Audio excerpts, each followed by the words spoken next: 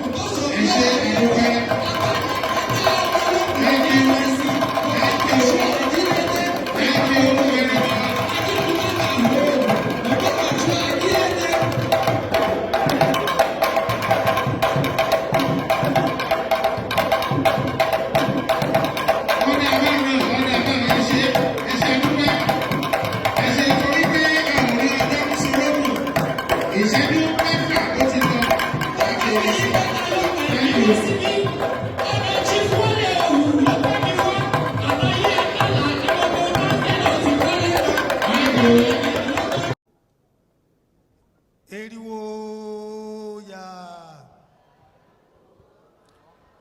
Eriwo ya. Ayagbo, ayato. Eriwo ya.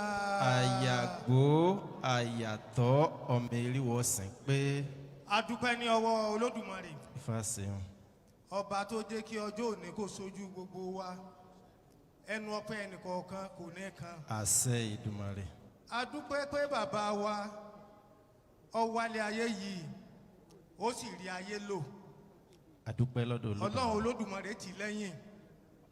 Gbogbo ohun tí bàbá fi sílẹ̀ Olódùmarè ò ní jọ́ bàjẹ́. Àṣẹ Ìdùmarè. Àti rọ́pọ̀lọpọ̀ bá náà tí wọ́n ṣe lọ́tún tí wọ́n kọ́rọ̀ jọ tẹ́pẹ́ òfo lọ́jẹ́ nílùú Ògbómọ̀ṣọ́ ìgangan. Ṣùgbọ́n a nígbàgbọ́ oore tí bàbá ṣe fọ́kùnrin tó ṣe fóbìnrin oore náà kò ní í gbé. Àṣẹ. Ọlọ́run ọba yóò wá ti àwọn ọmọ rẹ̀ lẹ́yìn. Àṣẹ. Yóò ti àwọn aya rẹ̀ lẹ́yìn. Àṣẹ. Wọ́n ò rí ná, wọ́n ò rí lò, wọ́n ò rí jẹ, wọ́n ò rí mu, ẹ̀mí wọn ó gùn. Àṣẹ. Olódùmarè ò ní fi àìsàn sí ẹnì kankan nù wọn. Àṣẹ Ìdùmarè. Àwa tá a wá wà ń bí lónìí tá a wá fún ìrújú iṣẹ́ ti bàbá wa Ọlọ́run ọba yóò jẹ́ kí tẹnìkọ̀ọ̀kan wọ́n dáa. Àṣẹ. Ọ̀rúnmìlà ló dá tọ̀run gbè. Ọ̀rúnmìlà wí ó dá tọ̀run gbè. Ifá mọ ló dá tọ̀run gbè ní agbọ́n mèrègún. Ifá mọ lóde àtọ̀run gbè bára mi àgbọ́n mèrègún. Àtọ̀run ni bàbá ọmọ eku tí gbọ́mọ. Àtọ̀run ni bàbá ọmọ eku tí gbọ́mọ. Ọ̀rúnmìlà wí ó dá tọ̀run gbè. Ọ̀rúnmìlà wí ó dé àtọ̀run gbè. Ifá mọ ló dá tọ̀run gbè ní agbọ́n mèrègún. Ifá mọ lóde àtọ̀run gbè bára mi àgbọ́n mèrègún. Ọ̀run ni bàbá ẹja tí gbé ẹja. Ọ̀run ni bàbá ẹja tí gbẹja. Ọ̀rúnmìlà wí ó dá tọ̀run gbè. Ọ̀rúnmìlà wí ó dé àtọ̀run gbè. Ọ̀run ni bàbá ẹran tí gbẹran. Ọ̀run ni bàbá ẹran tí gbẹran. Ọ̀rúnmìlà wí ó dá tọ̀run gbè. Ọ̀rúnmìlà wí ó dé àtọ̀run gbè. Ọ̀run ni bàbá ẹni tí gbé ni. Ọ̀run ni bàbá ẹni tí gbé ni. Ọ̀wọ́n rìn èéfara lu òfun lásán. Ọ̀wọ́n rìn èéfara lu òfun lásán. Bàbá ọmọ. Bàbá ọmọ.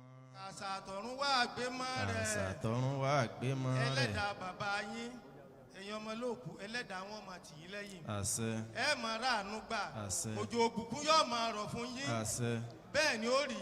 Àṣẹ. Ògbómọ̀ṣọ́ tí wọ́n fi ilẹ̀ Olódùmarè yóò yẹn ni ire fún wa. Àṣẹ. Ẹni tí ó tún wá máa dáa jù lọ ni ẹlẹ́dàá yàn fún wa. Àṣẹ. Gbogbo wa láàmú máa ṣe o. Àṣẹ. Ọ̀rọ̀ bàbá wa Akala ó ṣe pípọ̀ lára wa oníṣẹ̀ṣe torí pé a lè sọ pé ó dùn ẹnìkan jù wá lọ láti ọdún tọ́pẹ́ láti súnmọ́ra as far back as 70s làwa ti mọ̀ wọ́n dáadáa ṣùgbọ́n lákòókò tí bàbá wa Pàásàngódò kan Àkànní tó fi ilé ayé yìí sílẹ̀ àwọn ní alága àkọ́kọ́ tí wọ́n kọ́kọ́ wọlé ìjọsìn wa fún ìdúpẹ́ kò sí ní Ògbómọ̀ṣọ́ rí kò sí nígbà tí mo sì dórí àlééfà ní 205 nínú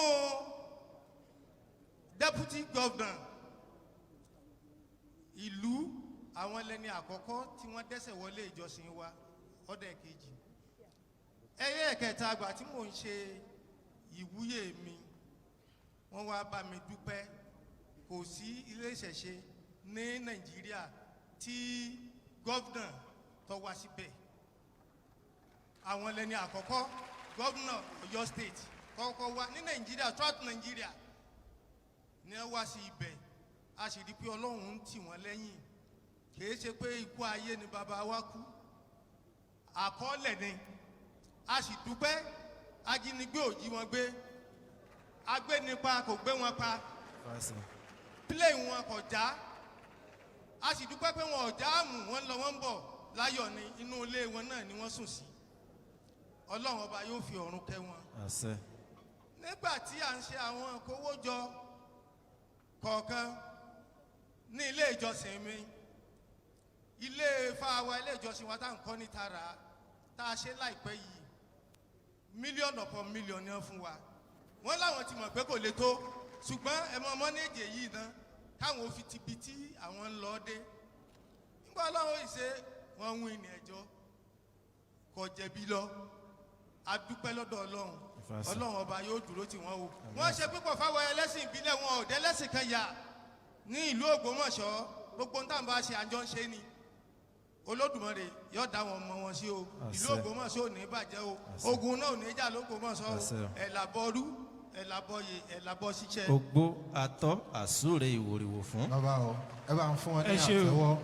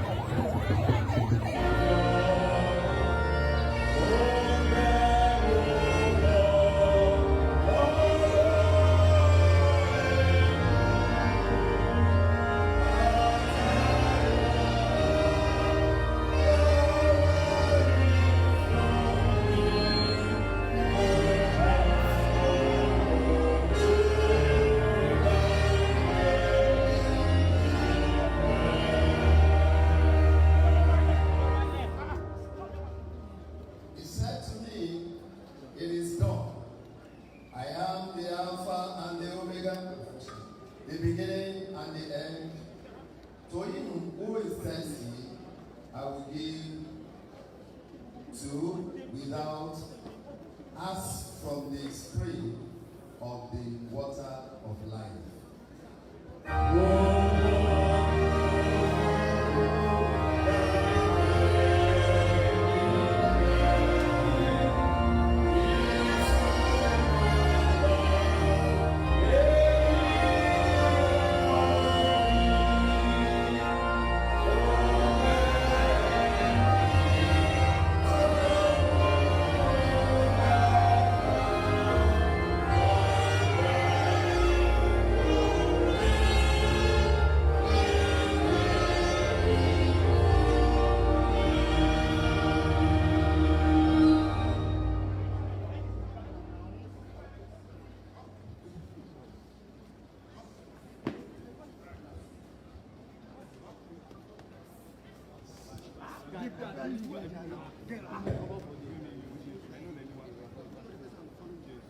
Leave that place.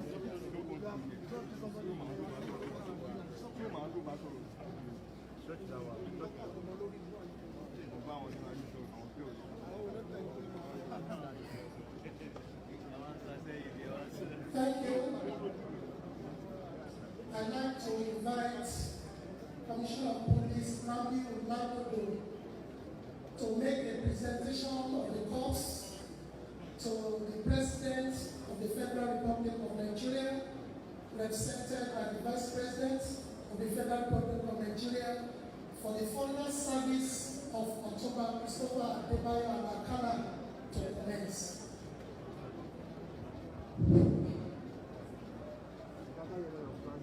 Your Excellency, the President, Federal Republic of Nigeria, represented by Vice President, Your Excellency, the Executive Governor of Oyo State, all other protocols observed. Your Excellency, sir, the remains of former Governor is hereby presented to you for this church service. It is most appropriate as a national figure talking about former governor, to present the corps to you nationally. On this note, permit me once again for the presentation of national symbol on the corpse of this great man. Penny.